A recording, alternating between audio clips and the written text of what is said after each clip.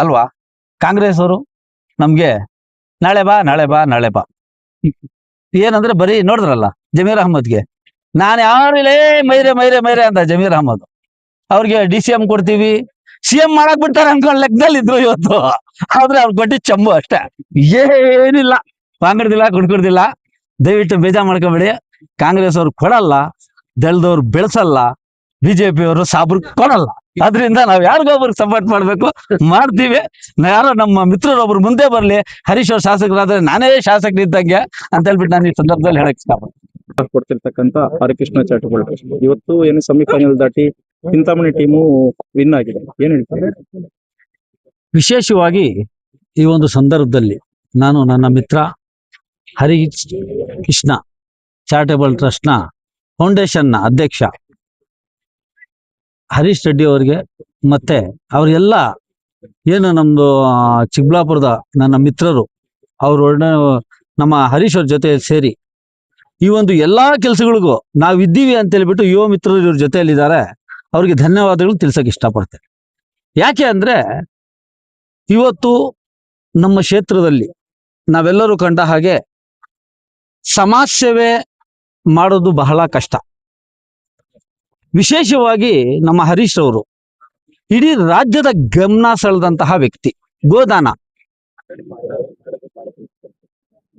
ದಾನಗಳಲ್ಲಿ ಅತಿ ಶ್ರೇಷ್ಠವಾದ ದಾನ ಗೋದಾನ. ಅಂತ ಒಂದು ಗೋದಾನ ಮಾಡಿ ಇಡೀ ರಾಜ್ಯದ ಗಮನ ಸೆಳೆದು ನಾನು ಕೂಡ ಈ ಕ್ಷೇತ್ರದಲ್ಲಿ ಒಂದು ಪ್ರಭಾವಿ ನಾಯಕ ಅಂತ ಬೆಳೆದವರು ಹರೀಶ್ ಅವರು.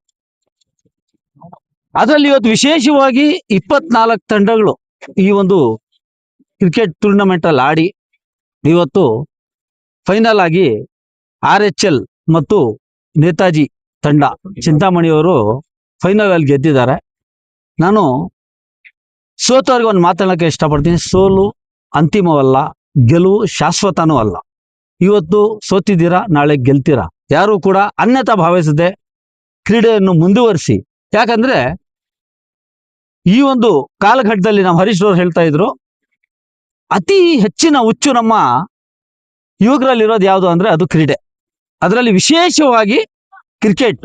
IPL ಅಂದ್ರೆ ಪ್ರಾಣ ಬಿಡ್ತಾರೆ. ನಮ್ಮ ಹರೀಶ್ ಅವ್ರ ಮೊನ್ನೆ RCB ಮ್ಯಾಚ್ ನ ಒಂದು ಇದ್ರಲ್ಲಿ ನಾನು ನೋಡಿದೆ, 1000-2000 ಟಿ ಶರ್ಟ್ ಹಂಚಿದ್ರು. ಆವಾಗ ನಾನು ನೋಡಿದೆ ನನ್ನ ಯುವ ಮಿತ್ರರ ಒಂದು ಕ್ರೇಜ್ ಹೇಗಿದೆ ಅಂತ ಹೇಳ್ಬಿಟ್ಟು. ಅದರಲ್ಲಿ ಒಂದು ಯುವಕರಲ್ಲಿ ಪ್ರೋತ್ಸಾಹ ನೀಡುವಂತಹ ಕೆಲಸ ನಮ್ಮ ಹರೀಶ್ ಅವ್ರು ಮಾಡ್ತಾ ಇದ್ದಾರೆ. ದೇವರು ಅವ್ರಿಗೆ ಒಳ್ಳೆಯ ಆಯುಷ್ಯ ಆರೋಗ್ಯ ಕೊಳ್ಳಿ.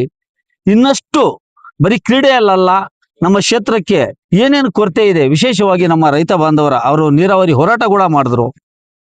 ಬಹಳಷ್ಟು ಹೋರಾಟಗಳಲ್ಲಿ ಬಹಳಷ್ಟು ಒಂದು ಸಮಾಜ ಸೇವೆ ಮಾಡ್ತಾ ಇದ್ದಾರೆ. ದೇವರು ಅವರ ಕಾರ್ಯಕ್ಕೆ ಮೆಚ್ಚಿ ಅವ್ರಿಗೆ ಇನ್ನಷ್ಟು ಒಂದು ಉತ್ತಮವಾದ ಆರೋಗ್ಯ ಆಯುಷ್ಯ ಕೊಟ್ಟು ಅವ್ರ ಈ ಕ್ಷೇತ್ರದ ಒಂದು ಶಾಸಕರಾಗ್ಲಿ ಅಂತ ಹೇಳ್ಬಿಟ್ಟು ನಾನು ಈ ಸಂದರ್ಭದಲ್ಲಿ ಹೇಳಕ್ ಇಷ್ಟಪಡ್ತೀನಿ. ಸರ್, ನೀವು ಕೂಡ ಸಮಾಜ ಸೇವಕರಾಗಿದ್ದೀರಿ, ಚುನಾವಣೆಯಲ್ಲಿ ಸ್ಪರ್ಧೆ ಮಾಡುವಂತ ಕೆಲಸ ಆಗಿದೆ, ಚುನಾವಣಾ ರಾಜಕೀಯ ಅನುಭವ ನಿಮ್ಗೆ. ಯುವಕರು ಮುಂದೆ ಬರ್ಬೇಕಂತ ಹೇಳ್ಬಿಟ್ಟು ಹರೀಶ್ ರೆಡ್ಡಿ ಅವರು ರಾಜಕಾರಣಕ್ಕೆ ಬಂದಿದ್ದಾರೆ. ಅವರ ರಾಜಕೀಯ ನಡೆ ಹೆಂಗಿದೆ, ಏನ್ ಹೇಳ್ತೀವಿ?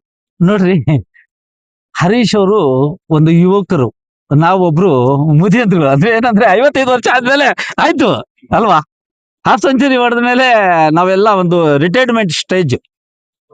ನಾನು 3 ಬಾರಿ ಸ್ಪರ್ಧೆ ಮಾಡಿದೆ ಈ ಕ್ಷೇತ್ರದಲ್ಲಿ. ವಿಶೇಷವಾಗಿ ಏನಂದ್ರೆ ಈ ಕ್ಷೇತ್ರದಲ್ಲಿ ನಮ್ಮ ಯಾರು ಅನ್ಯತಾ ಭಾವಿಸ್ಬೇಡಿ, ಯಾವುದೇ ಒಂದು ಕ್ಷೇತ್ರ ಇರ್ಬೋದು, ನಮ್ಮ ಕರ್ನಾಟಕದಲ್ಲಿ ಗೆಲ್ಬೇಕಂದ್ರೆ ಜನಬಲ, ಹಣಬಲ, ಜಾತಿ ಬಲ 3 ಇರ್ಬೇಕು ಅಲ್ವಾ. ನಾನು ಭಾವಿಸೋದೇನಂದ್ರೆ ನಮ್ಮ ಹರೀಶ್ ಅವ್ರ ಹತ್ರ ಈ 3 ಇದೆ. ದೇವರು ಅವ್ರಿಗೆ ಗೆಲ್ಸ್ಲಿ, ಅವ್ರ ಕ್ಷೇತ್ರದ ಶಾಸಕರಾಗ್ಲಿ ಅಂತ ಹೇಳ್ಬಿಟ್ಟು ನಾನು ಹೇಳಕ್ ಇಷ್ಟಪಡ್ತೇನೆ. ನಾನು ಸ್ಪರ್ಧೆ ಮಾಡಿದ್ದೇನೆ, ಇಲ್ಲ ಅಂತಿಲ್ಲ. ಏನಂದ್ರೆ ನಮ್ಗೆ ಅವಕಾಶ ಸಿಕ್ಕಿಲ್ಲ, ನಾವು ಅವಕಾಶ ವಂಚಿತರು.